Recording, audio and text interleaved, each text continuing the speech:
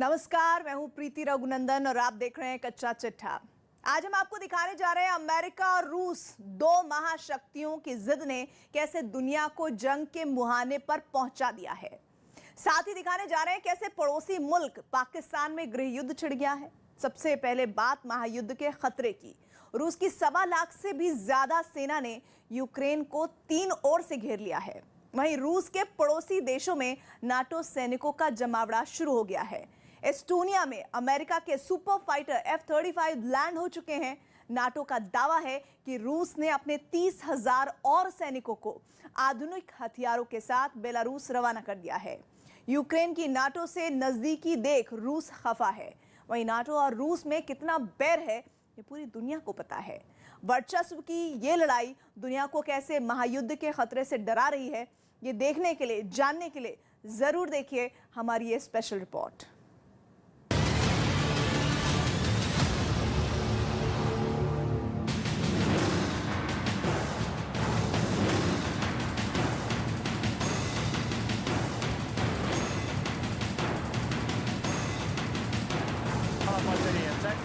Цель 101, пехота, снаряд 9 F-27 М.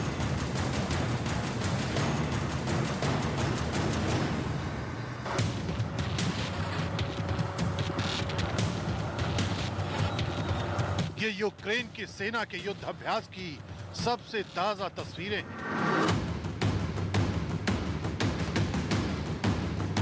गौर करने वाली बात यह है कि इस युद्ध अभ्यास को यूक्रेन के क्राइमिया से लगने वाली सीमा के करीब अंजाम दिया जा रहा है। क्राइमिया पर रूस का कब्जा है। यहाँ रूस की सेना तैनात है। युद्ध का उन्माद बॉर्डर की दोनों तरफ है। ऐसे में यूक्रेन के रॉकेट आर्टिलरी यूनिट की इस तैयारी से साफ हो जाता है कि जंग की आशंका कितनी बढ़ गई है।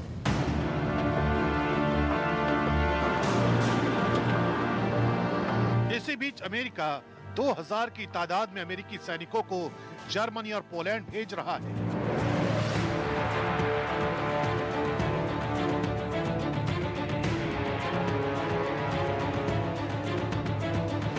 वो भी तब जब यूरोप में अमेरिका के 60,000 से ज्यादा जवान पहले से ही मौजूद हैं। वहीं जर्मनी से 1000 अमेरिकी सैनिक रोमानिया पहुंच रहे हैं।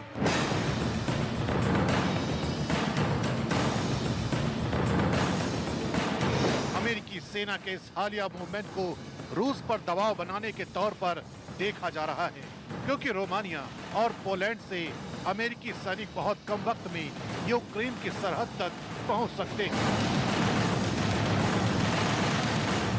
अमेरिका के इस फैसले ने पुतिन के गुस्से को और भड़का दिया है। रूस ने अमेरिका के इस फैसले को विध्वंसकारी करार दिया है। रूस के उप विदेश मंत्री अलेक्जेंडर ग्रुश्को का कहना है, बेबुनियाद विध्वंसक कदमों से सैन्य तनाव बढ़ेगा ही और राजनीतिक निर्णयों के लिए गुंजाइश कम होगी।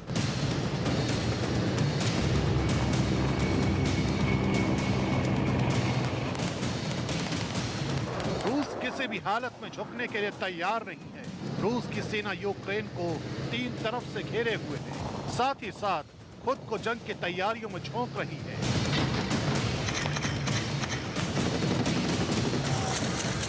जमीन पर रूस की 150वीं मोटर चालित राइफल डिवीजन युद्ध अभ्यास कर रही है, तो समंदर में उसका उत्तरी बेड़ा जंग लड़ने की तैयारी में लगा है।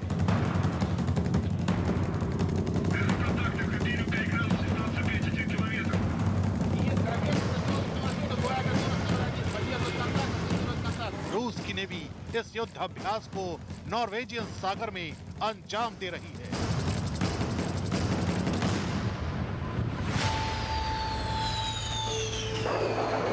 वहीं युद्ध की आहट को इतने करीब से सुन यूक्रेन के शहरों में दहशत फैलती जा रही है।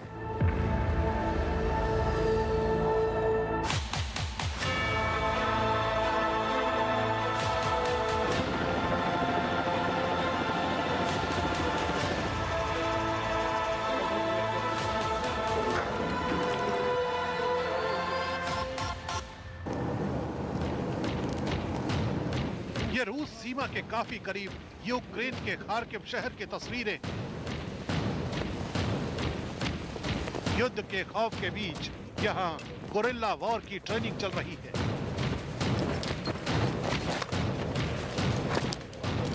दुनिया की तरह यहाँ भी दिन होता है, शाम होती है, रात होती है। अंतर बस इतना है, युद्ध का खौफनाक साया इस शहर पर दिन के 24 घंटे मंडराता रहता है।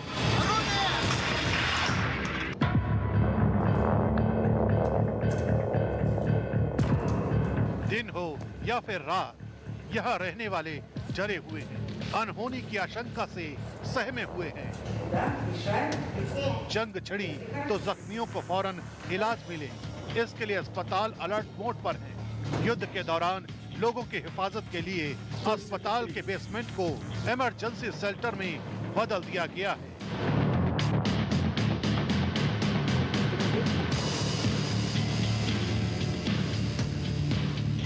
Считаю, что если бы они хотели что-то предпринять, нашей страны уже как таковой не было. Уже бы ее разбомбили, растаскали, размародировали, то есть уничтожили реально. То есть с этим ничего не поделаешь. Если бы кто-то хотел, уже бы так было. Страна огромная, Россия воюет всю жизнь. Россия подготовлена к войне больше, чем кто-либо. Уже как таковой не было. सुना आपने यूक्रेन के आम लोगों के जहन में रूस का कितना खौफ भरा है। लोगों के दिलो दिमाग में घर चुके इसी डर को दूर करने के लिए नौजवानों का ये ग्रुप रणभूमि में दुश्मनों से निपटने के दांव का अभ्यास कर रहा है। युवाओं के इस संगठन को यूक्रेन में राइट यूथ के नाम से जाना जाता है। युवाओं का ये संगठन यूक्रेन के सभी शहरों में मौजूद है। ये राष्ट्रभक्त नौजवानों का ऐसा संगठन है। यहाँ के लोग रूसी सेना को मात देने के लिए गोरिल्ला वॉर का रिहर्सल कर रहे हैं। अगर युद्ध छिड़ा और रूस की सेना शहर में घुस आई तो दुश्मन को कैसे चकमा देना है, बंदूक के बल पर दुश्मनों से कैसे मुकाबला करना है, अपने शहर को रूस के सैनिकों से कैसे बचाना है, यहाँ उसका अभ्यास किया जा रहा है। Харків є моїм домом, тому, звісно, для мене це найголовніше місто, яке я маю захищати як харків'янин. От. Так само Харків є прифронтовим містом, де є як економічні, як сказати, як економічні чинники, так і стратегічні. Тобто, вирогідніше за все, я не знаю, як буде відбуватися у разі вторгнення, будуть окупувати Харків, не будуть заходити, будуть. Але факт у тому, що дуже багато харків'ян, як і будь-яких громадян України, які готові захищати своє до останнього, як наш дім, бо іншого дому у нас немає. इस शहर के सिर्फ 40 किलोमीटर की दूरी पर यूक्रेन की वो सीमा है जो रूस से लगती है, जहां हजारों की तादाद में रूस के जवान जंग के लिए तैयार बैठे हैं। उनकी तैनाती के चलते विश्व की दो महाशक्तियां एक बार फिर आमने सामने हैं। यूक्रेन को लेकर रूस और अमेरिका के बीच एक बार फिर वर्चस्व की जंग छिड़ गई है और इस लड़ाई की वजह बने यूक्रेन के राष्ट्रपति वोलोडिमिर जेलेंस्की का कहना है कि अगर रूस और यूक्रेन में जंग छिड़ गई तो वो सिर्फ यूक्रेन की सीमा तक ही सीमित नहीं रहेगा, ये जंग पूरे यूरोप में फैल जाएगी। Я відверто говорю, що це не буде війна України з Росією, це буде війна в Європі повномасштабна, тому що ніхто не віддасть більше своїх टेरिटोरी и людей. Дякую. अमेरिका का आरोप है कि रूस यूक्रेन पर कब्जा करने की फिराक में है। वहीं रूस का आरोप है कि अमेरिका यूक्रेन को नेटो में शामिल कर उसे घेरने की कोशिश में है। रूस के राष्ट्रपति पुतिन ने यहाँ तक कह दिया है अमेरिका युद्ध के लिए उकसा रहा है। वहीं अमेरिकी प्रेसिडेंट जो बाइडेन का कहना है कि रूस यूक्रेन पर फरवरी में ही हमला करने वाला है। Know what President Putin is going to do, and it is our responsibility to, and it's an imperative to keep the door to diplomacy open. अमेरिकी प्रेसिडेंट के ऑफिस व्हाइट हाउस का कहना है पुतिन के दिमाग में अभी क्या चल रहा है ये कोई नहीं जानता। पुतिन क्या करने वाले हैं अमेरिका को इसकी खबर नहीं है। इसी बीच यूक्रेन को लेकर अमेरिका से बड़ी तनातनी पर प्रेसिडेंट पुतिन ने साल 2022 में पहली बार कैमरे पर प्रतिक्रिया दी। Отметим, что внимательно анализируем полученные 26 января от США и НАТО письменные ответы. Но уже сейчас понятно, я проинформировал об этом господина премьер-министра, что принципиальные российские озабоченности оказались проигнорированными.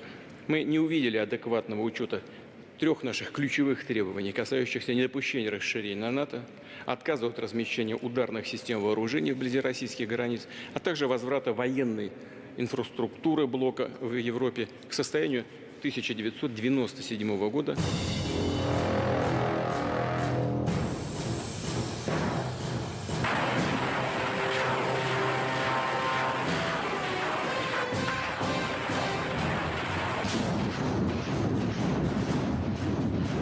रूस के राष्ट्रपति पुतिन का आरोप है कि रूस की सुरक्षा से जुड़े मसले पर कोई तवज्जो नहीं दे रहा। तो क्या फसाद की असली वजह नेटो है?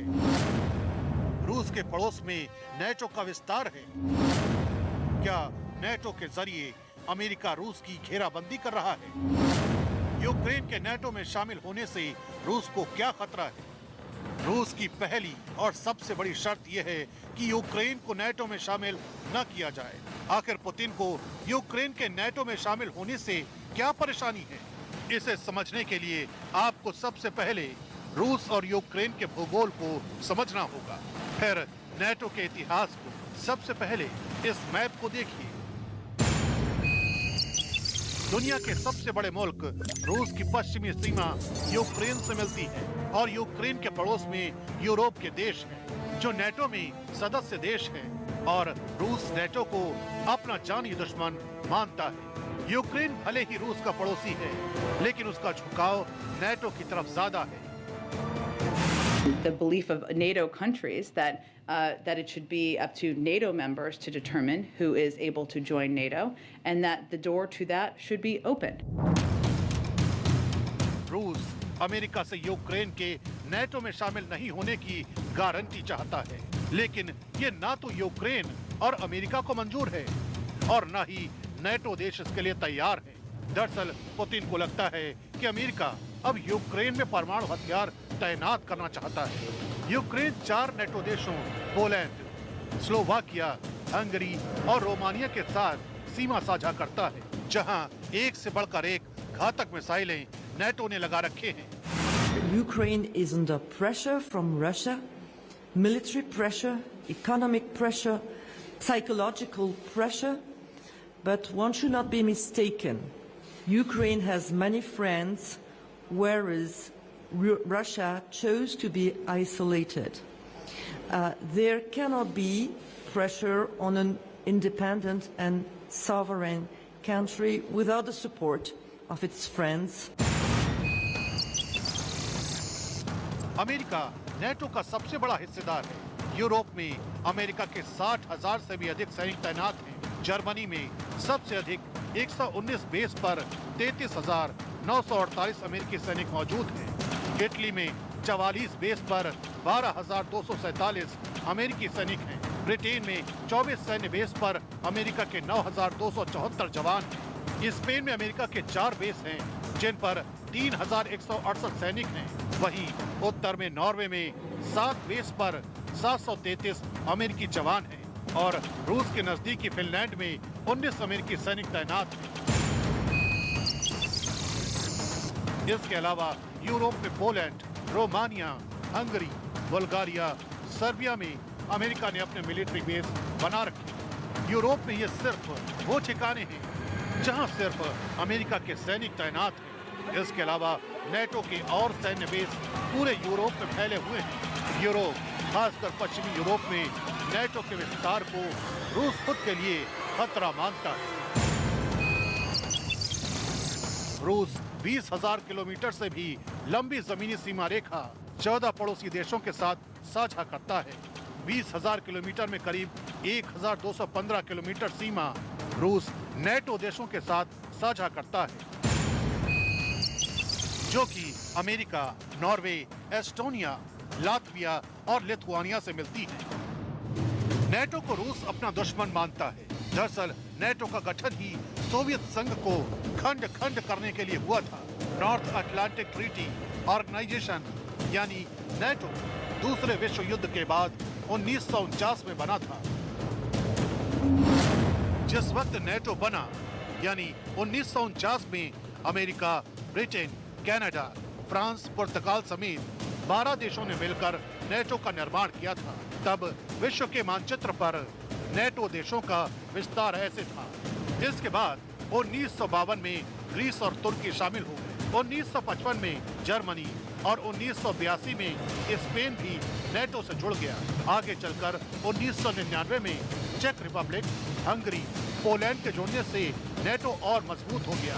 5 साल बाद 2004 में 7 और देश Bulgaria, Estonia, Latvia, Lithuania, Romania, Slovakia और स्लोवेनिया जुड़ गए। 2009 में अल्बानिया और क्रोएशिया जुड़े। 2017 में मोंटेनेग्रो और 2020 में उत्तरी मैसेडोनिया बतौर 30वां सदस्य नेटो में शामिल हुआ। अभी नेटो में कुल 30 देश शामिल हैं। इन 30 देशों के साथ ही यूक्रेन, जॉर्जिया जैसे रूस के करीब मौजूद देश नेटो में शामिल होने की हसरत पाले हुए हैं। नेटो के सभी देशों ने आपस में कस्में खा रखी हैं कि किसी भी नेटो देश पर अगर हमला होता है तो उसे सभी सदस्य देश अपने ऊपर हमला मानेंगे और सभी 30 देश मिलकर हमला करने वाले का जवाब देंगे। ऐसे में अगर यूक्रेन भी नेटो में शामिल हो गया तो नेटो की सेना यूक्रेन में भी तैनात हो जाएगी, जिसे रूस अपनी सुरक्षा के लिए खतरा मानता है।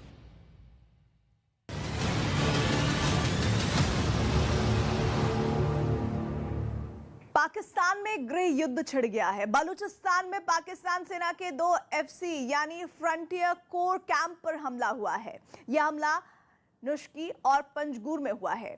हमले की जिम्मेदारी बलूचिस्तान लिबरेशन आर्मी ने ली है। BLA का दावा है कि उसने हमले में 100 से ज्यादा सैनिकों को मार गिराया है। वहीं पाकिस्तान की सेना और इमरान खान का दावा है, इमरान सरकार का दावा है कि हालात अब काबू में है। BLA के हमले को विफल कर दिया गया है, लेकिन BLA का दावा है कि हमले में दोनों कैंप को भारी तबाही की गई है और दोनों कैंप पर BLA ने अपना कब्जा जमा रखा है।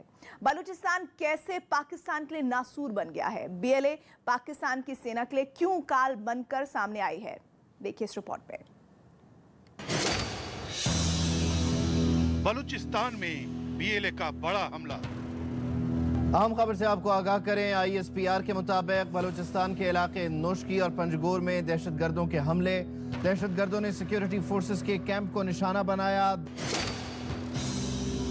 नुश्की और पंजगुर कैंप पर हमला। नुश्की और पंजगुर में सिक्योरिटी फोर्सेस का ऑपरेशन कार्रवाइयों में 18 दहशतगर्द मारे गए हैं। आपको आगाह करें, 13 दहशतगर्द मारे गए हैं, ऐसा कहना है ISPR का।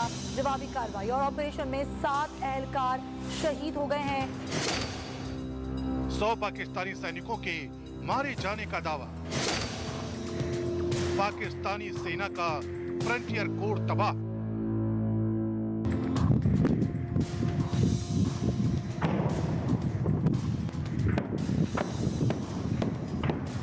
बलूचिस्तान में पाकिस्तान सेना के फ्रंटियर कोर का हेडक्वार्टर बलूच विद्रोहियों के हमले से कुछ इस तरह दहल उठा।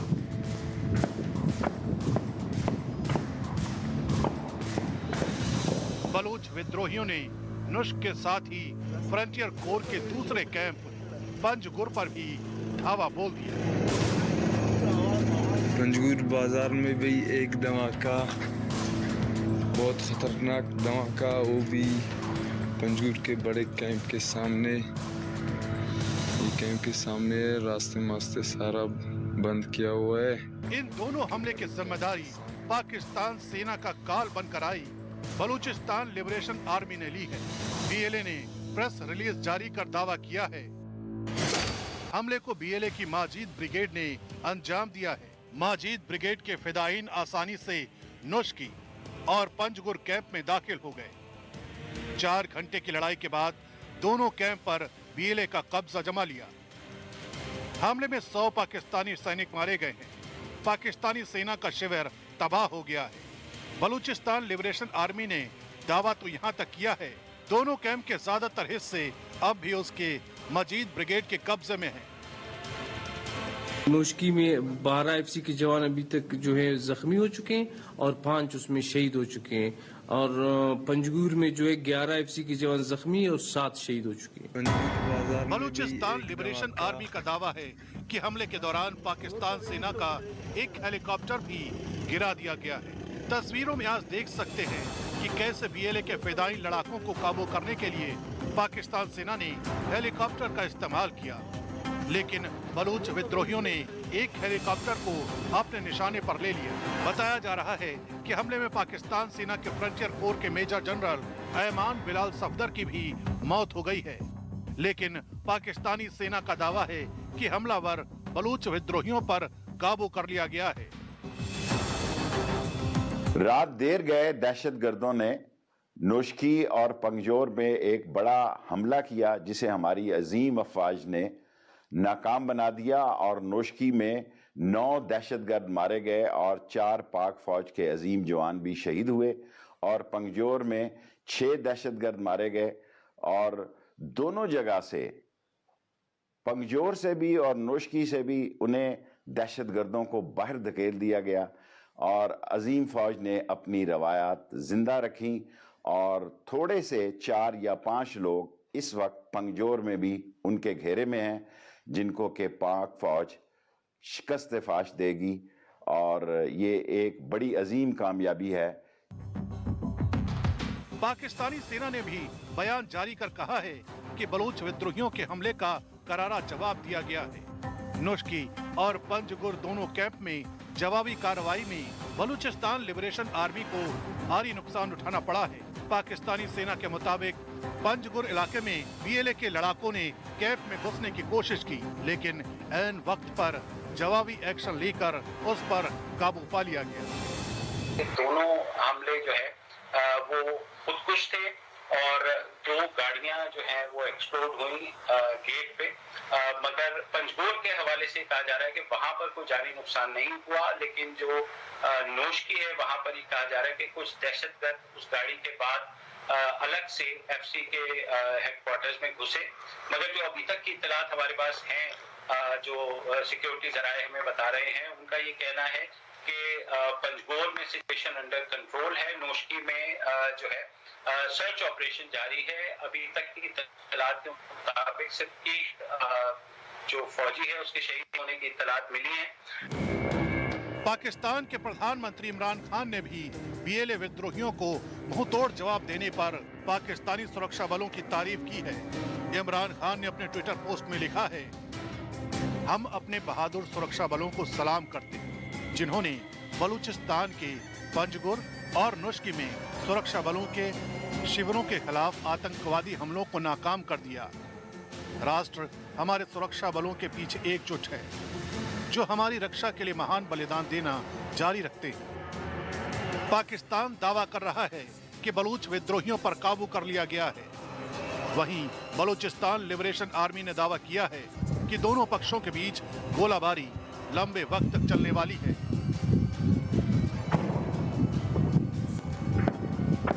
बीएलए ने दावा किया है कि पाकिस्तानी सेना ने हमले के बाद नोशकी और पंजगुर में मीडिया पर पाबंदी लगा दी है। इंटरनेट बंद कर दिया गया है, फोन को भी बंद कर दिया गया है।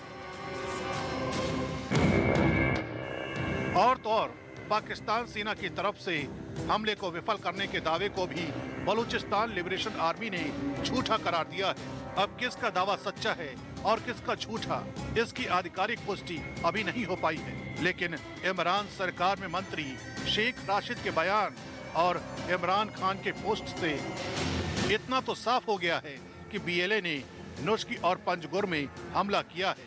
तस्वीरें बता रही हैं कि वहां पाकिस्तान सेना को भी नुकसान पहुंचा है और बीएलए के लड़ाकों की भी मौत हुई है, लेकिन इनकी असल संख्या कितनी है, इसकी आधिकारिक पुष्टि किसी भी तरफ से नहीं हो पाई।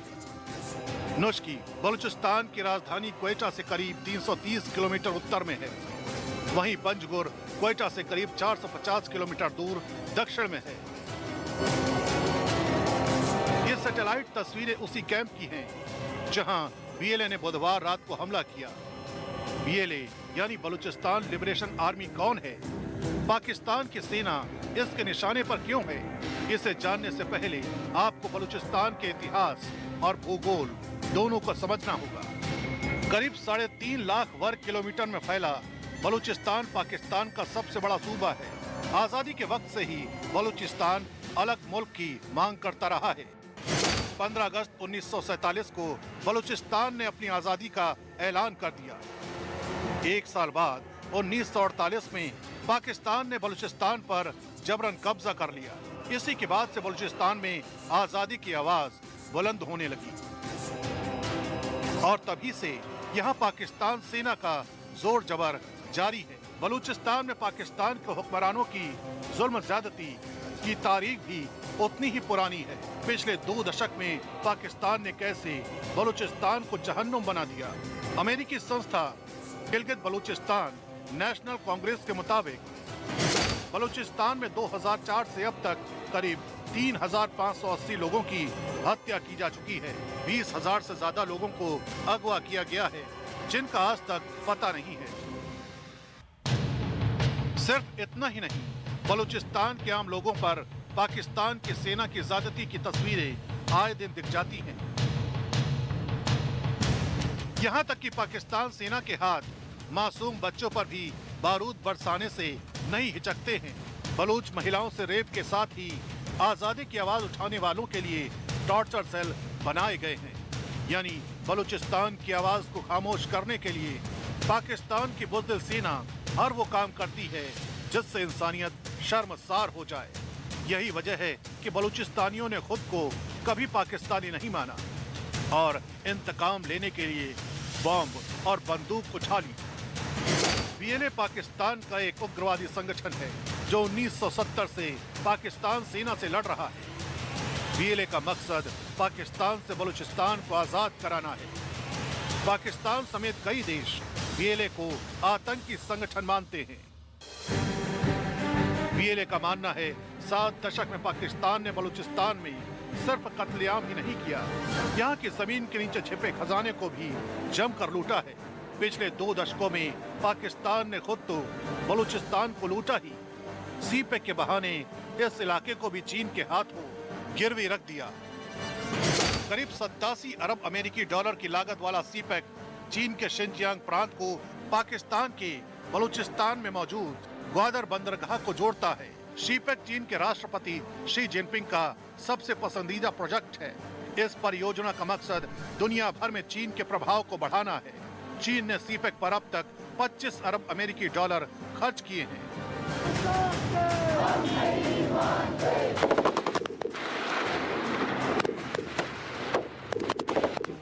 और इसी बहाने बलूचिस्तान के संसाधनों को भी जमकर लूट रहा है। यही वजह है कि पाकिस्तान और चीन इस साजिश वाली दोस्ती के खिलाफ बलूचिस्तान लिबरेशन आर्मी जंग छेड़े हुए है और पाकिस्तान की सेना को अपना निशाना बनाती रहती है।